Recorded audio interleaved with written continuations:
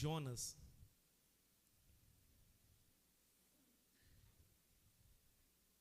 Jonas capítulo 3. Nós estamos numa exposição bíblica do livro de Jonas. Deus tem falado aos nossos corações para te ajudar a encontrar depois de Obadias. E para te facilitar mais ainda é antes de Miqueias.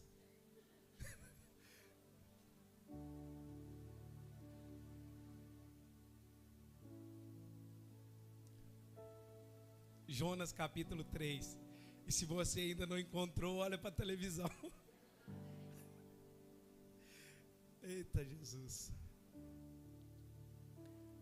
Livro do profeta menor Jonas, capítulo 3, versículo 1 ao 4. Diz assim a palavra de Deus: Veio a palavra do Senhor segunda vez a Jonas, dizendo: Dispõe-te e vai à grande cidade de Nínive e proclama contra ela a mensagem que eu te digo. Levantou-se, pois, Jonas e foi a Nínive, segundo a palavra do Senhor. Ora, Nínive era cidade muito importante diante de Deus, e de 3 dias para percorrê-la. Começou Jonas a percorrer a cidade caminho de um dia e pregava e dizia: ainda 40 dias e Nínive será subvertida. Deus, obrigado pela sua palavra. Obrigado porque nós estamos no culto público e pedimos ao Senhor que transmita o recado do Senhor contido nesta palavra aos nossos corações. Eu peço ao Senhor que as mentes e os corações estejam atentos, receptivos à palavra do Senhor nessa noite. Que os seus filhos, ó Pai, ao receber essa palavra, sejam quebrantados, transformados, conforme a Tua vontade. Me dê sabedoria, graça, para transmitir o recado do Senhor, aquilo que aqui está contido em nome de Jesus. Nós oramos e te agradecemos. Amém. Irmãos,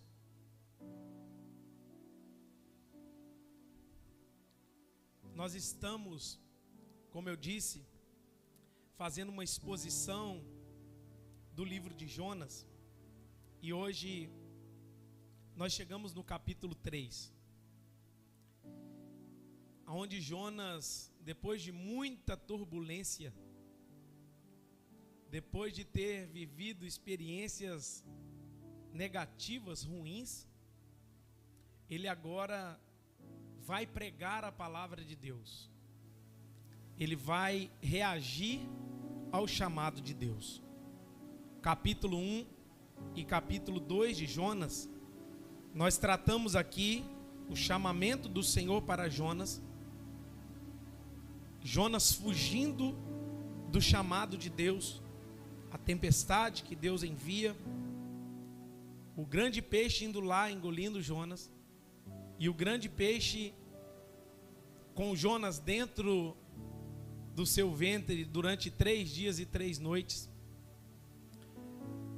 Ao orar dentro do ventre do peixe, o peixe recebe uma ordem e vomita Jonas novamente na areia. E o texto vai nos dizer que veio a palavra do Senhor a segunda vez. A palavra do Senhor veio a Jonas a segunda vez. E ele vai dizer novamente a Jonas: vai, Jonas, e prega na grande cidade. Olhando esse texto e olhando o contexto do livro de Jonas, podemos perceber que este livro é um livro que trata-se da misericórdia de Deus. Olhamos como Deus atrai esse profeta para cumprir a sua vontade, e atrai a Jonas com cordas de amor. Mesmo que Jonas vive uma grande tempestade, tem uma experiência negativa, o que está acontecendo aqui nesse texto e nesse livro é a demonstração da misericórdia de Deus para com Jonas e o seu povo. Jonas de primeira fracassa. Jonas de primeira desobedece. Jonas de primeira foge. Jonas de primeira, ele quer correr para não cumprir o que Deus estava chamando ele para cumprir. Mas a gente vê a misericórdia de Deus até nisso. Que Deus envia a tempestade, por quê? Por causa de Jonas. Deus envia o grande peixe, por causa de Jonas. Deus faz um reboliço todo para atrair Jonas à sua vontade. E é assim que muitas das vezes Deus trata conosco. Muitas das vezes Ele vai nos atrair com tempestades. Oséias 2,14 vai dizer: levarei o meu povo ao deserto para lhes falar o coração. Muitas das vezes Deus vai nos atrair por meio de tempestades, por meio de desertos. Mas quando nós iniciamos essa ministração, nós falamos que esse livro de Jonas, apesar de ter o nome Jonas, não tem nada a ver com o profeta. Esse livro não está baseado na vida de um profeta que decidiu correr e que depois volta para cumprir a vontade de Deus. Esse livro não está baseado no grande peixe. Esse livro não tem nada a ver com uma grande cidade. Mas esse livro tem a ver com um Deus Todo-Poderoso que reina nos céus e manifesta a misericórdia dele para conosco. Eu e você somos frutos dessa misericórdia que nos alcançou. Eu e você somos frutos da misericórdia de Deus que se revelou a nós. Eu e você, nós estamos assentados numa igreja nessa noite, cultuando a um Deus vivo e verdadeiro, por causa da misericórdia que nos foi revelada. E quando a gente olha esse texto, principalmente no verso 1, a gente percebe que Ele é o Deus da misericórdia e Ele é o Deus da segunda chance. Fale com a pessoa que está do seu lado. Ele é o Deus da misericórdia, mas Ele também é o Deus da segunda chance. A forma que Deus vai atraí-lo, a forma que Deus vai fazer todas as coisas para Jonas vir para o centro da sua vontade. É maravilhoso a gente olhar isso. E a gente só pode ver a misericórdia de Deus demonstrada nesses capítulos. Por quê, pastor? Porque se é eu, humano, carnal, e muitas das vezes com justiça própria, se eu chamo alguém e falo assim: dá para você cumprir essa minha vontade e fazer essa e essa missão, e essa pessoa virar as costas para mim, eu vou falar assim para essa pessoa: muito obrigado, você não quer, eu vou levantar outro. Deus poderia muito bem olhar para Jonas, ele fugindo, ele correndo. Já que Jonas não quer, eu vou levantar quem quer. Já que Jonas vai fugir, eu vou levantar quem aceita o chamado. Já que Jonas está correndo de mim, eu vou virar as costas para Jonas e eu vou procurar na cidade alguém que possa cumprir o meu chamado. Mas não é assim que Deus trata Jonas. Deus vai enviar uma tempestade por causa de quem? Jonas. Deus vai sacudir o mar. Deus vai fazer marinheiros perder bagagem. Deus vai enviar o grande peixe por causa de quem? Jonas. Ele vai atrair Jonas. Jonas vai ficar 3 dias e 3 noites no ventre do peixe. Lá dentro ele vai clamar, ter experiências sombrias, nos lugares mais escuros da terra. Lá ele vai clamar, e Deus dos altos céus vai ouvir a Jonas, e vai dar uma ordem, aleluia. E quando Deus dá a ordem, a Bíblia vai nos dizer que o peixe vai vomitar ele, e ele vai se levantar. Aí diz o texto: e veio a palavra do Senhor a segunda vez. Quantas vezes, irmãos, Jonas está retratado na minha e na sua vida, que somos desobedientes, que fugimos, que corremos, que erramos, que não queremos cumprir a vontade de Deus, que queremos mais os nossos deleites, os nossos prazeres do que a vontade do Senhor. Quantas vezes a vida de Jonas está exemplificada na minha e na sua vida, que ansiamos descer por um fundo num navio, não incomodar ninguém, dormir o nosso cochilo, tirar o nosso cochilo do dia a dia, sem incomodar ninguém, sem ser incomodado por ninguém. Quantas vezes eu e você parecemos com Jonas? Não queremos um negócio com Deus, não queremos cumprir o que Deus tem para nós, não queremos fazer o que Deus nos chama a fazer. Na verdade, é mais cômodo, é mais tranquilo descermos, pagarmos uma passagem, deitarmos no fundo de um navio e dormirmos aquele sono tranquilo, onde ninguém vai nos incomodar. Não tem Deus, não tem gente, não tem ameaça, não tem nada. Eu prefiro deitar e dormir. Mas quantas vezes também Deus se mostra pacífico e longânimo para comigo e você, onde Ele revela a sua misericórdia. Nós não queremos, mas Ele vem até nós e fala: vamos, meu filho, eu quero te usar. E a gente corre, aí Deus vai até nós e nos cerca. Vamos, meu filho, eu quero te usar. Para Elias, estava dentro da caverna, e o texto vai dizer que Elias falou assim: acabou os profetas, só tem eu. Aí Deus vai atrás de Elias e pergunta: o que você está fazendo aqui, Elias? Só sobrou eu, Senhor. Não, meu filho, tem muita gente ainda, mas o negócio é com você. Você está na caverna, está tentando fugir. Eu tenho 7.000 ainda que não se dobraram. Eu tenho homens e mulheres ao meu dispor, mas eu quero você. Eu e você parecemos muito com Jonas. Só não tem na nossa vida, sabe o quê? Barco.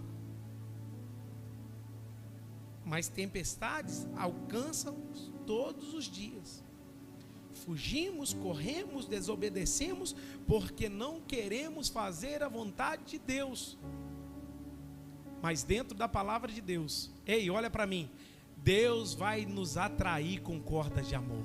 Se Deus tem um negócio na sua vida, Ele vai te encurralar até você se render. Eu não sei como Ele vai usar, se Ele vai usar uma tempestade, se Ele vai usar um vento, se Ele vai usar uma questão, mas Ele vai te encurralar e Ele vai te levar para o centro do seu coração. E a gente acha que nós podemos fugir dele, e a gente acha que a gente pode dar desculpas a Ele. A gente acha que a gente está longe de Deus, mas Ele é o Deus da segunda chance. Eu estou aqui para trazer ao seu coração nessa noite: Ele é o Deus da misericórdia que nos dá a segunda chance. Ele é o Deus de misericórdia que se revela nos trazendo uma segunda chance. Olha para Moisés. Moisés, diz a Bíblia que ele mata o egípcio, enterra ele na areia, biquinho calado, vai viver a vida dele. 40 anos se passaram. 40 anos se passaram. Diz a Bíblia que ele está no deserto, pastoreando as ovelhas do seu sogro. E ele olha para um lado, olha para o outro, tudo deserto. As ovelhas estão pastando. E diz a Bíblia, irmãos, que uma chama vai se acender, a sarça vai se acender. E de dentro da sarça uma voz que diz: Moisés, ô Moisés, quem é essa voz que me chama? 40 anos se passaram e Moisés falou assim: eu não quero ser libertador nada, eu vou viver a minha vida, eu vou pastorear as ovelhas do meu sogro, está tudo bem. Mas quando Deus tem um negócio com alguém, Ele vai no deserto, onde ele está, e chama ele pelo nome e fala: vem, porque tem uma obra na sua vida. Moisés pensou que 40 anos seriam suficiente para Deus se esquecer dele. Moisés achou que ele conseguiria fugir de Deus. 40 anos, ninguém vai mexer comigo mais. Esse Deus que eles falavam, meus antepassados, nem sei quem é ele mais. 40 anos, e a voz de Deus veio ao coração de Moisés, dizendo: Moisés, eu tenho uma obra para fazer na sua vida. Você pode até tentar fugir, mas você não vai conseguir. Esse Deus está aqui sondando o meu e o seu coração. Quando a gente olha para a história de Jacó, Uma história linda da Bíblia. Jacó mente ao seu pai, engana o seu irmão, vive trapaceando, tentando dibrar a sua consciência. Um dia Jacó vai transpor o val de Jaboque, fugindo do seu irmão, porque o irmão dele queria matá-lo. Quando ele vai passar, o anjo do Senhor vem. Aí ele vai lutar com o anjo. Gênesis 32. Aonde dá o nome Peniel.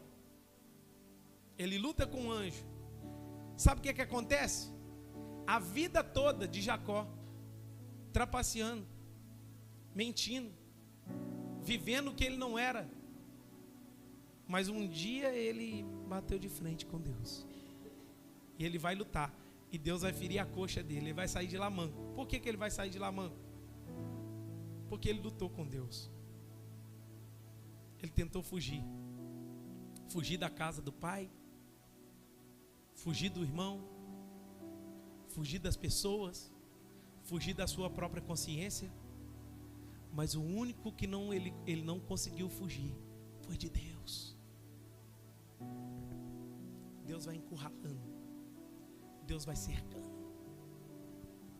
Hoje eu vou te tocar.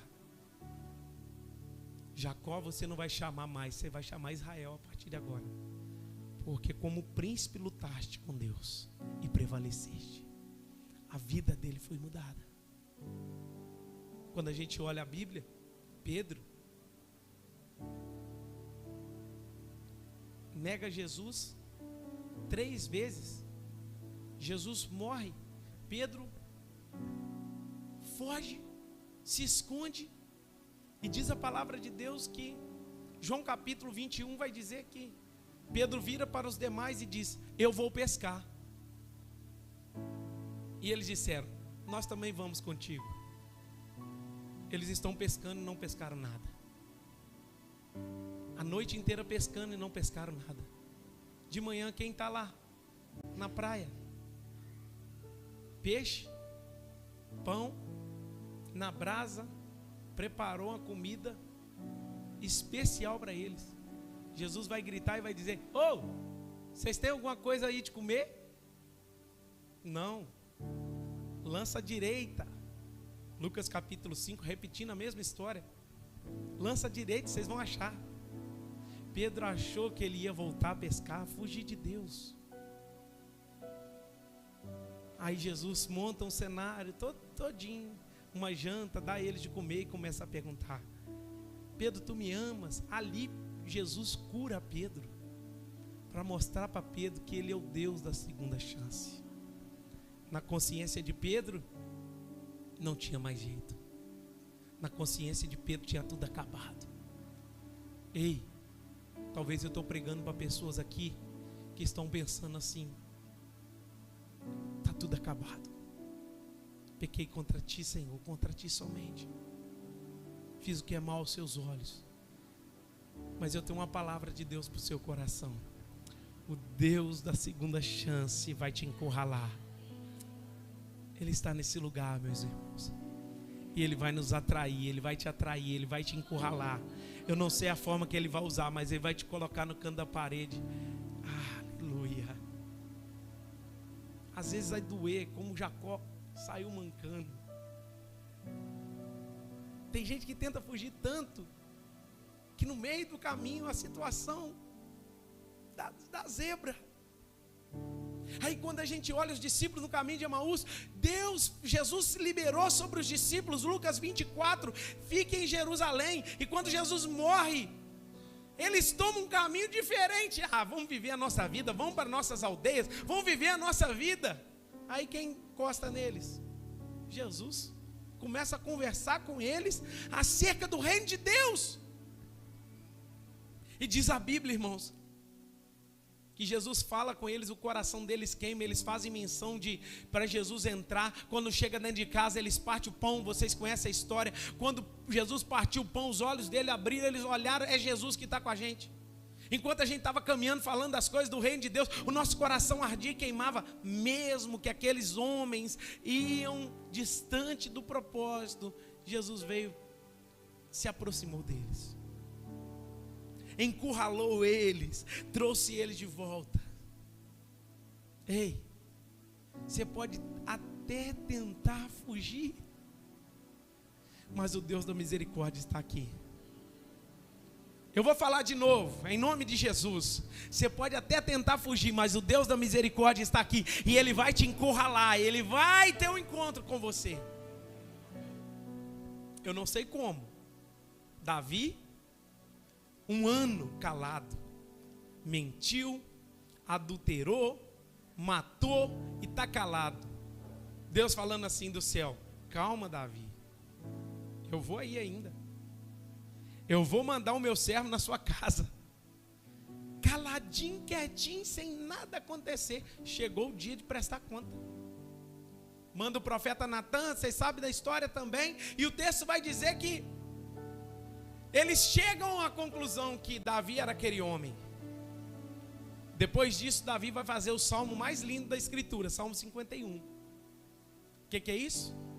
1 ano calado, quieto, tentando fugir de Deus. Ei, você pode até tentar fugir, mas Deus está nesse lugar e Ele vai te encurralar.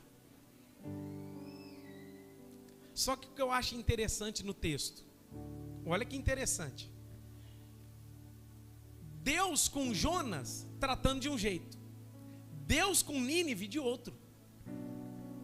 Vai e prega em Nínive e fala que Nínive vai morrer e vai ser destruída em 40 dias.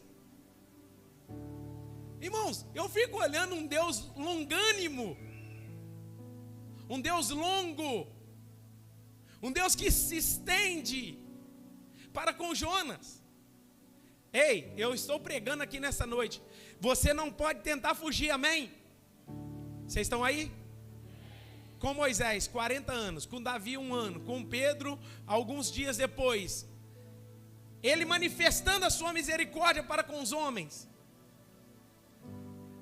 Só que, irmãos, Nínive, a mensagem para aquela cidade era: em 40 dias a cidade vai ser destruída. Com Jonas, ele envia a tempestade. Com Jonas, ele cerca. Com Jonas, ele envia o peixe. Com Jonas, ele está todo cuidadoso para Jonas voltar para o centro. Mas com Nínive, em 40 dias vai ser tudo destruído. Será que Deus é um Deus da misericórdia só com uns e sem misericórdia com outros? Não, irmãos. Com Nínive também ele agiu com misericórdia, porque deu 40 dias para eles se arrependerem. Isso também é misericórdia. Só que com uns é iminente, outros ele estende. Cuidado. Você nunca sabe quando será o juízo de Deus sobre a sua vida. Se é hoje, se é essa semana, se é a semana que vem, ou se Deus vai estender anos e anos e anos de misericórdia para com você. Alguém aqui pode levantar o dedo e dizer: eu sei o dia que a misericórdia de Deus se estabelecerá sobre mim ou não? Nós não sabemos. Com Jonas, todo cuidadoso, amoroso, mandando o peixe, mandando o vento, mandando a tempestade, todo amoroso. Agora, com Nínive, em 40 dias. Quando eu olho para a palavra de Deus, eu percebo, irmãos, olha o texto comigo, verso 3. O Senhor vai liberar essa palavra. Levantou-se, pois, Jonas e foi a Nínive, segundo a palavra do Senhor. Ora, Nínive era a cidade muito importante diante de Deus, e de 3 dias para percorrê-la. Começou Jonas a percorrer a cidade a caminho de um dia e pregava, e dizia: ainda em 40 dias Nínive será subvertida. Irmãos, em outras traduções, Nínive será destruída. Eu olho para Deus e a sua sabedoria, a sua grandeza, olhando para Jonas, estendendo a sua misericórdia. Com Nínive, 40 dias. Moisés, 40 anos. Davi, 1 ano. Ezequias, no mesmo dia. Ezequias, você adoeceu. Põe a sua casa em ordem, porque você vai morrer e não vai viver. Só foi tempo de quê? Ezequias virar o rosto para a parede, se arrepender, clamar. Antes do profeta Isaías sair do pórtico, diz a Bíblia que a palavra de Deus voltou para o profeta e diz: volta lá, porque eu ouvi o clamor do meu servo. Dá a ele mais 15 anos de vida. E assim aconteceu. O que é isso? Um Deus de misericórdia. Jonas teve vários dias. Nínive tem 40 dias. A minha pergunta para você: você sabe o dia que Deus vai vir tratar comigo e com você? Eu fico olhando, gente, pessoas que estão brincando com Deus, e achando que essa misericórdia vai estender.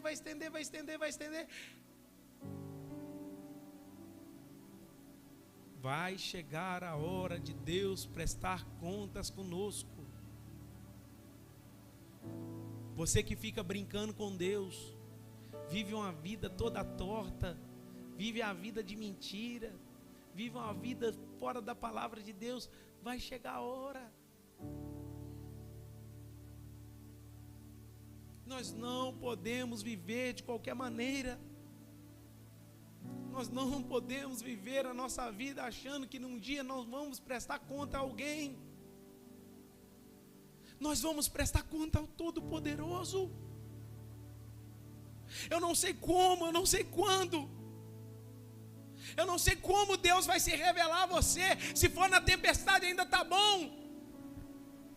Mas a palavra de Jonas para aquela cidade é: acorde, Nínive, em 40 dias virá a destruição. O que você faria da sua vida se você ouvisse uma pessoa dizendo que Deus mandou te dizer que em 40 dias Ele vai te destruir? Opa! Perna para quem tem. Vamos embora. Vamos arrepender. Vamos colocar a casa em ordem. Mas o problema é quando Deus não fala, Deus não avisa, e diz a Bíblia que Ele virá como um ladrão de noite, que ninguém está preparado. Como nos dias de Noé, casavam-se e davam-se em casamento, assim veio o dilúvio, assim será na vinda do Filho do Homem. A gente não está esperando, intertidos nas coisas do dia a dia, preocupados com as nossas demandas, envolvidos com os nossos trabalhos, preocupado em produzir algo. Assim virá o Filho do Homem.